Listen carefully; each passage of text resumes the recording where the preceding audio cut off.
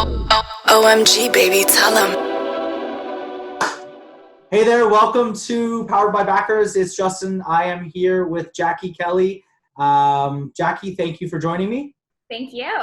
Awesome. So I'll give you a quick little bio. So Jackie, and you can fill in the blanks here. So you are the founder of Factory, right? That's right. Right. And you are, I guess, an investor relations and corporate finance expert. Yeah. Is that yeah? And you're quarantining with your new kitten. I guess That's right. Yeah, there you go. 1 week old. 1 week old. Wow. Oh, he didn't. Well, no, 1 week with me. 1 week with you. Okay, so he's how old would he be? Maybe a couple months. 10 weeks. 10 weeks. Yeah. So he's still really young then. Wow. Okay, cool. So thank you for joining me here on Powered by Backers. Love to talk. I guess we'll just dive right in.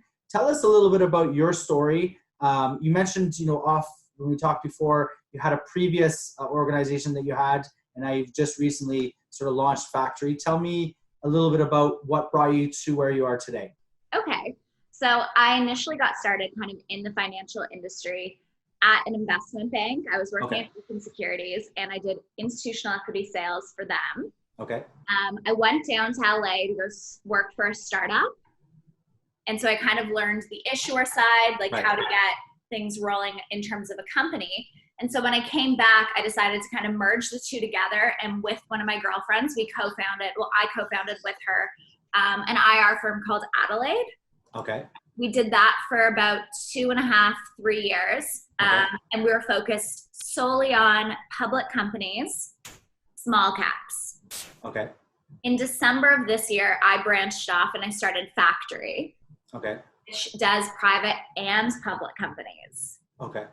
And so you're primarily the IR side, or where? Yes, we do capital raising, which has been something I've been focused on for the last 6 or 7 months. And then, of course, all of the traditional IR if it's a public company. So press releases and road shows and all of that good stuff. All the fun times, road shows. I've done my fair share of road shows for sure. I love them. I think Yeah. I don't know how it's going to change. Actually, there's a good question. The segue into where do you see the capital markets or raising capital going forward when things like road shows, live pitches, on the private side, obviously, where do you see that maybe going, or have you gotten any kind of sense of what maybe is to come? That's a great question. So I definitely think that the future is going to be digital and people are going online, but there is really nothing that beats that face-to-face. And it's great to be able to do everything from where you are, but there's something to be said about in-person interaction. Right, definitely. Yeah. Although the handshake has probably been eliminated from everyone's repertoire. Yeah, that's the old seal the deal with a handshake is it's a kid and play toe touch now. That's right. Right. Okay, cool. So obviously digital. So where are you seeing Factory? How are you playing it out? And what are you guys doing right now to kind of prep for that? Or do you have sort of plans in the works as far as what you're doing to kind of so take advantage of that?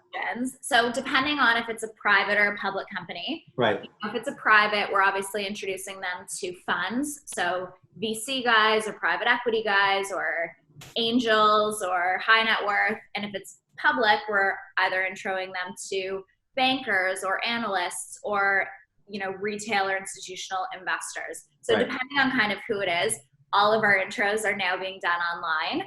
So we're hosting these virtual cocktail events and all sorts of different things, and it's been great actually, and I'm surprised at how well everyone's adapted and how quickly people have just become accustomed to.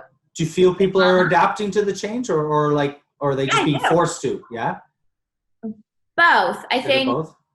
Yeah, I think everyone's so longing that human interaction. So to see someone, it's as good as we're gonna get right now. So people are jumping on board. Yeah, definitely. So I'll throw a side sort of curveball here. What type of platforms are you using, like technology wise? Like straight up to Zoom or Zoom, I'd say primarily, and then personally, I'm big into House Party. Okay, I've seen that. What's the deal with House Party? Let's tell. The same kind of thing. but you can play little games or do challenges with people. Okay. So that kind of makes it more interactive. And with Zoomed, I think unless you have the premium, which I do, but not everyone does, then it cuts you off after a certain amount. Yeah, 45 minutes or so. We have it as an enterprise, but yeah, I think it's like 45 minutes or so. I've heard some people got cut off like mid conversation with family members, and then they had to kind of re-up it or whatever. But right, because that's the whole thing. If you're in a professional setting and you're using it, you'll probably have that premium. But if not, if it's just socially, like, then you might not. So house party, you don't have to worry about that. There you go. So let's talk about house party, because I've seen it come up on different feeds on TikTok or on Facebook or Are you on TikTok? I am. Don't go check it out. It's nothing but nonsense. We shouldn't tell the world. Are you on TikTok? No, but I feel like I should be. You should be, yeah. It's actually hilarious. Yeah, I know. I watch it. I actually watch it, but I haven't posted. And that's a weird thing to say. Like, I just observe. Yeah. It's kind of funny. But I think there's a lot of people that have joined because they're sitting at home bored with nothing better to do. We did it. You do the dances? Some of them, yes. So I have 2 little boys. So we do some of the stuff with them, like the whole, like, whatever. I don't know. Yeah, exactly. Right. Yeah. All that stuff. Yeah. So I will not tell you what my handle is because I don't want the world to know. So house party, let's go back to that house party. I'm actually, Sunday is my birthday. So let's completely change the topic here. What day is Sunday? What's the date? The 19th. Okay. I'm May 6th. So mine's coming up. Okay, cool. Happy birthday. You too. Yes, thank you. So I'm actually thinking of having sort of a house party with friends and inviting them all. I was going to use Zoom, but I think house party sounds like that could be the app, right? I think so. Yeah. So you're saying there's games? Is there a cost? There's obviously a cost. No, there's not. Really? Yeah. Okay. I don't know how many people you can host. I think we've had, like in my groups, we've maybe had 10 or something. Right. I don't know if there's a limit. We haven't hit it if there is. Yeah. Okay, cool. In terms of time and people, so. Right. I think someone was saying Zoom, you can get obviously an infinite number, but each screen, there's a max of 16 per screen. So it kind of limits like how many people can see. Yeah. Okay. Cool. I don't have that many friends. Yeah, me neither. Exactly. I'd be capped out at about 5. And 3 of them live with me. So anyways, let's get into, so we're talking to entrepreneurs, the people that are watching this, powered by backers. Ask the experts. You're the expert.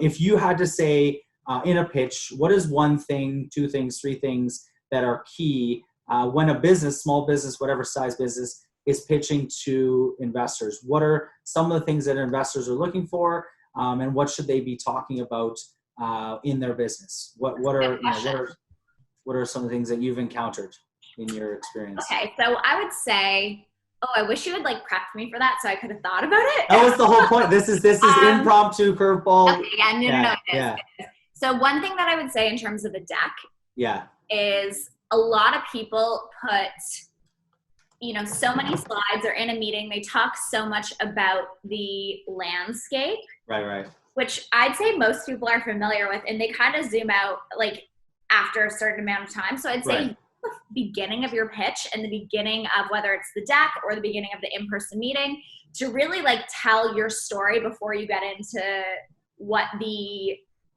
whole landscape looks like. So if it's the cannabis industry, like don't touch on that. Just talk about why you're different.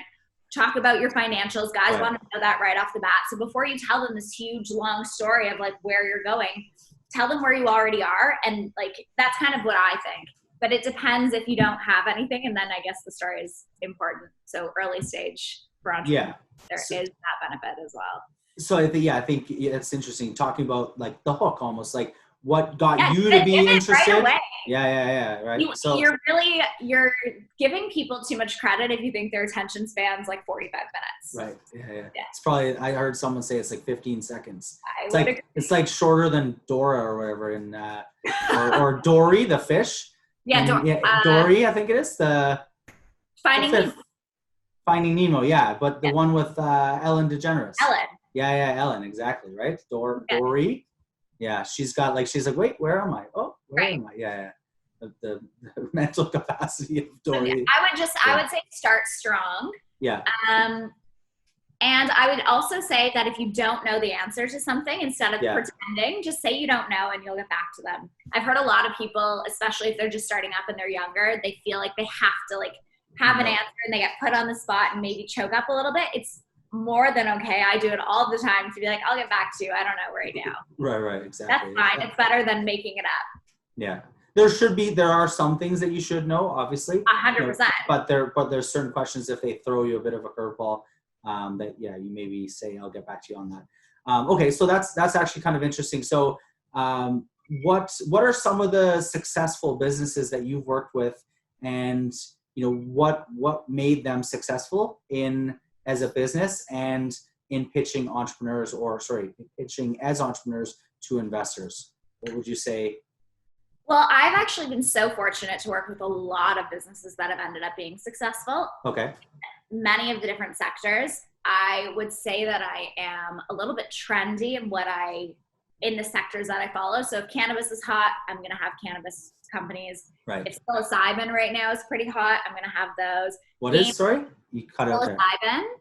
Psilocybin. Psilocybin. So it's like magic mushrooms. Oh, There's all of these magic mushroom companies that have listed recently. How do you spell that? Spell that out for our audience.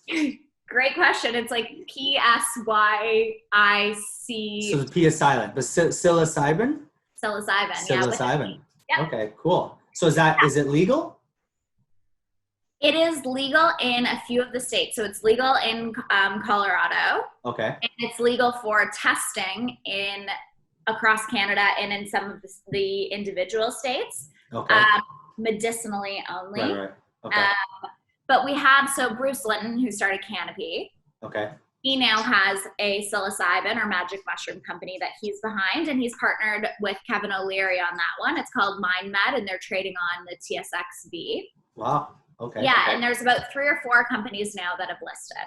Wow, that's interesting. Yeah, so I'm not even aware of it. So. Oh yeah? Yeah. No. Yeah, there's a lot of privates floating around. Like I've actually invested in a couple of them and taken a bunch around that haven't listed yet. But yeah, psilocybin's really big right now. I love gaming and anything to do with sports betting and that kind of like any tech I really like.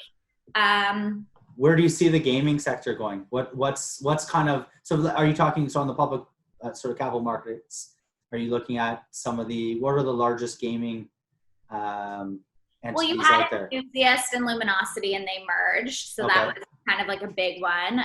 There's not a ton of public gaming companies right now. Those were the 2 largest and now they're 1.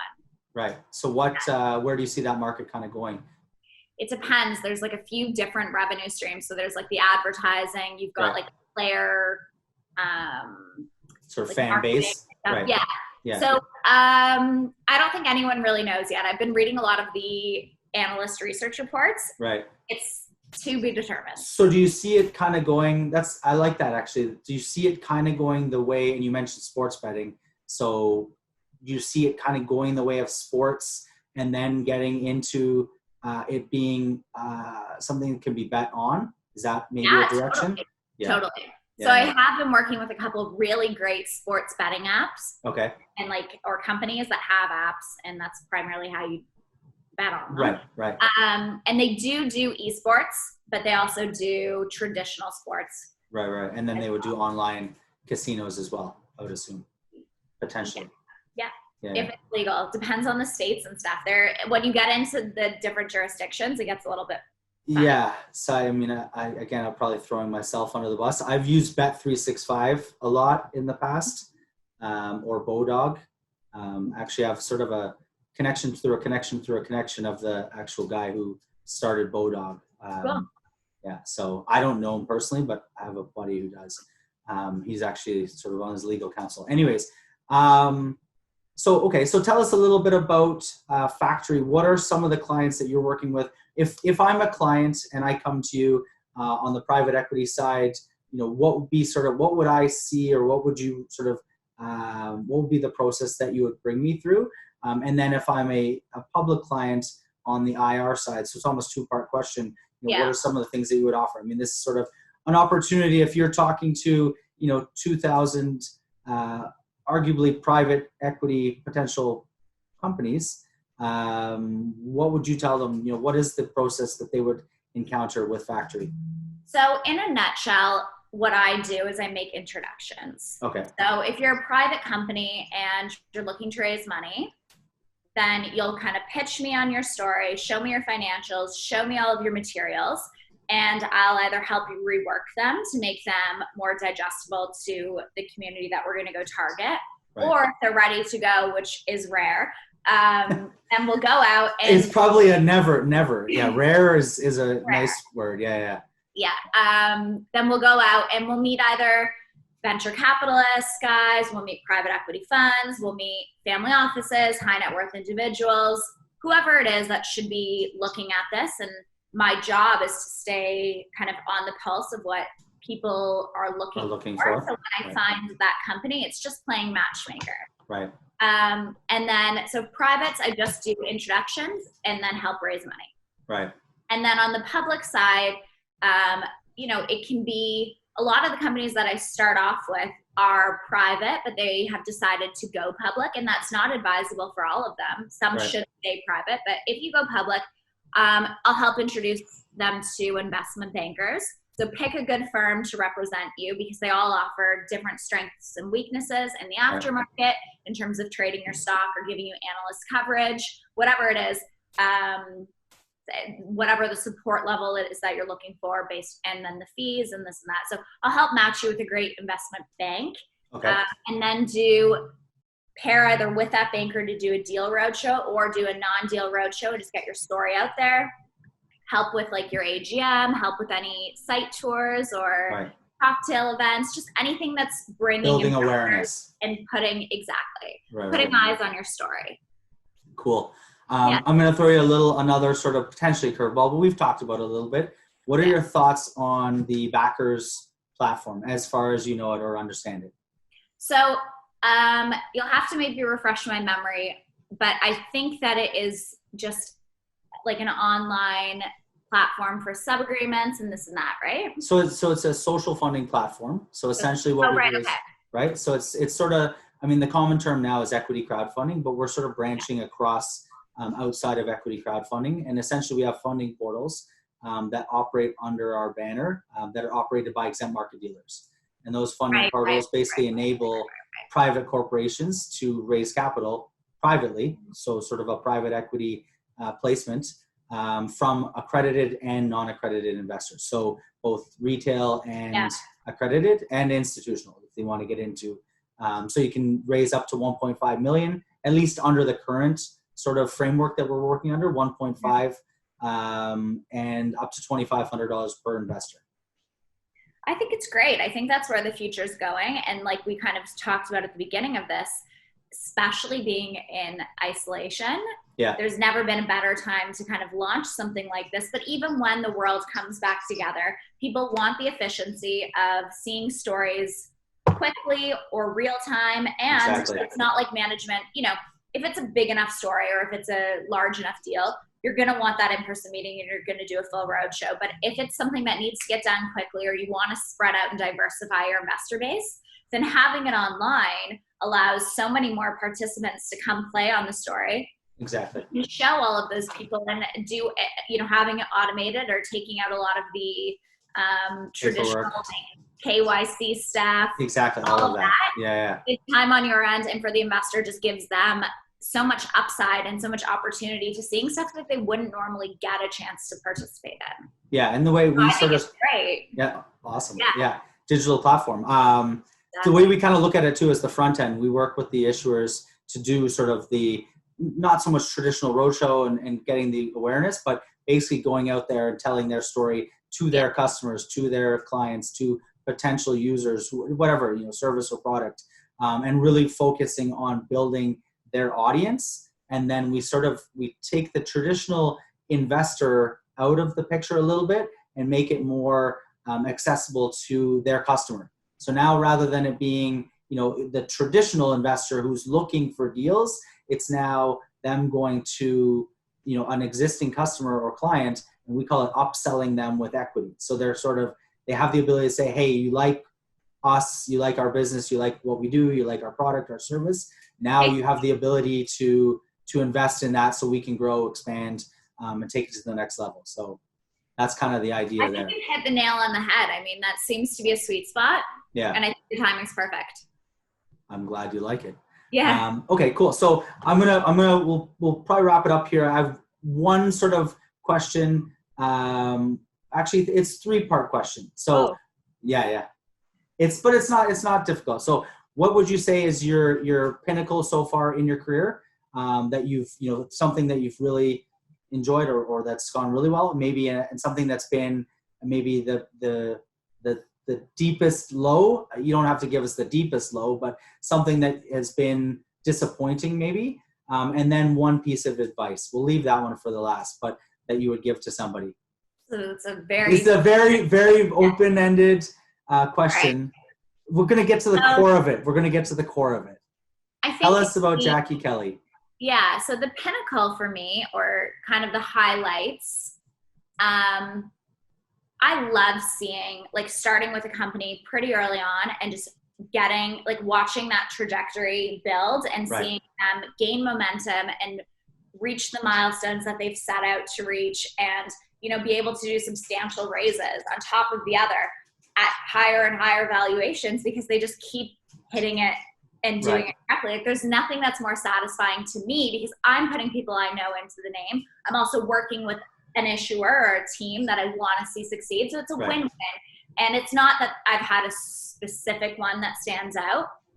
But it's just anytime that it ends up working, you're going to be, it's like, success is fun, right? Like them all. Yeah. And I particularly like ones where you have assets in different places, so you can bring a group of people down, whether it's like last year I got to go to Tel Aviv, I got to go to South Africa, I got to go to Colombia, I got to go to London. So all of these cool places where you get to incorporate some travel and see some new tech, or see some, start to have a lot of fun with it. But obviously success is always going to be the part that stands out for me. Yeah. In that same kind of token, I'd say the biggest failure is when you have a miss. Like, it happens. With privates, you've got a lot more forgiveness. If you don't hit your quarter, you can kind of explain to investors, and a lot of them are going to be understanding and support the larger concept. With a private company, while you have easier access to capital, if you have a miss in your quarter, or you're going to have on the public side. On the public side. Yeah. Then while you're, like I said, your access to capital is easier on the public side, you're going to have shareholders that are a little bit more flaky when you don't hit your numbers. The spotlight is on you, obviously, a little more, right? Red light Rastico, right? The light on the back. And then, of course, when the market, sucks, even if and everyone sucks. Yeah, exactly. Right. Even if your company's doing well, you kind of get sucked down with it. So I think for me, the last couple of months, just with the way that the market's crashed, that's been tough to watch some of the companies that I've like really, really nurtured go back to where we started. And it's like, oh man, that's been really difficult, but it's part of life, and there's a lot of upside now. So I'll add to this question a little bit. Where do you see, you're obviously heavily involved in sort of the public markets. You've worked with a number of organizations. Where do you see this going? Like, what's maybe your prognostication? COVID? Just like the whole next 3 months. Not so much where do you see COVID going, but what are your thoughts on the markets? Yeah, I don't expect you to. That is tough. You know what? I ask people this question every day. I'm on the phone with guys all the time, just bouncing around ideas and kind of seeing where everyone stands. It's tough to say. I would love to believe that we've hit a bottom. Okay. I don't know if we have, but if we can start to kind of stimulate the economy a little bit, I think we've got some pretty great upside. It might hover here for a while. Right. It might go a little lower. I hope it doesn't, but I really do think over the next few months, we're going to either level out or hopefully get some upside, but I don't know that we're in the clear yet. Yeah, it's tough. Obviously there's no vaccine. There's uncertainty around COVID. So that could be 18 months. So that's obviously going to play a toll on the markets. Right. And but there's certain stocks too. Like, I mean, with small caps, which is what my focus has been for a decade now, those are the most volatile of everything, course. right? So if the market's going up, they go up with it, and the market Right. goes down and they tumble. Yeah. So small caps are going to be tough for the next little bit. And in my opinion, the way I judge small caps, management first. I think management makes or breaks a company and a stock. I just think that that's like the number one differentiator. And then of Right. course, you know, how things fall in line and like where your earnings come in. Is it in this quarter or next quarter will determine, like there's a whole bunch of different moving parts with that. But generally in the markets, I think that we are going to have banks and airlines that are going to kind of hold steady, and then the rest will follow suit. Banks. Yeah, I've heard, I had someone on here a couple of days ago. They were talking about banks. They were heavily looking at, I don't want to say which one, but they were getting into the the top 5 banks, the big 5, and buying low basically. They feel it's a huge buying opportunity for the banks. I think so too, and airlines as well. Obviously that's the other one. Yeah, right now, in my PA, I do hold banks and airlines, as well as just a couple funds, right? ETFs, but also banks came in last couple of days ago and missed all their earnings. So who do you do your ETFs through? Canaccord. Okay, cool. All right, so you're an entrepreneur. Mm-hmm. You've started, obviously, factory. You've gone out on your own. You've got some experience there, which is awesome. What would be the advice you would give to maybe the younger you or somebody coming up? Doesn't have to be younger, older, who's just coming up thinking about being an entrepreneur. Obviously, there's a lot of change in the marketplace these days. People are losing jobs, maybe looking to other careers or other opportunities. What's one piece of advice that you would give to them that they need to listen to? So Jackie says this. I would say there's actually 2. 2? Okay, that's and fine. They're pretty short. So the first would be like ask for advice. Okay. Like look to others and ask when you don't know or you're unsure. Yeah. Ask people who have done it. Like people want to help, and there's a lot of resources, whether it's online or friends or whoever it is. Ask people who have done it what they think you should do, and listen to people. And I don't mean do it necessarily, but at least internalize what they're saying. Right. Don't sort of mentorship. Like look for someone that's been around the block. You don't have to reinvent the wheel. Right. Just so I would say learn from other people's mistakes and try and ask for help if you need it. And then I would say have fun, because it's not, being an entrepreneur is not a 9-to-5 job, and it doesn't stop on the weekends. And you have to be able, it's a lifestyle, and you have to really be able to enjoy what you're doing, because if you don't, you're going to burn out. 100%. We talk about enjoying the journey, and a lot of people say that, right? If you don't enjoy it, it's lonely, it's tiresome, it's, and if you're not having fun, quit long before the success happens, for sure. So I agree. Cool. Awesome. Well, I appreciate, Jackie. Thank you very much for coming on. Is there any way, do you want to put out a couple plugs? Do you have your Facebook, Twitter, any handles that, where people can reach you if they wanted to reach out? I don't have Facebook. I don't have Twitter. You can just reach out. Instagram, on website. Instagram. What's your website? Factoryrelations.com. Factoryrelations.com is my website. And then my Instagram, I'm pretty sure it's just Factory Relations. Okay. So cool. And your TikTok? And your TikTok? Coming soon. Coming soon. Awesome. Yeah. Cool. Well, thank you very much. Stay safe with your new kitten. And we'll keep in touch and talk soon. Awesome. Thank you very much. Appreciate it. Yeah, you too. Cheers.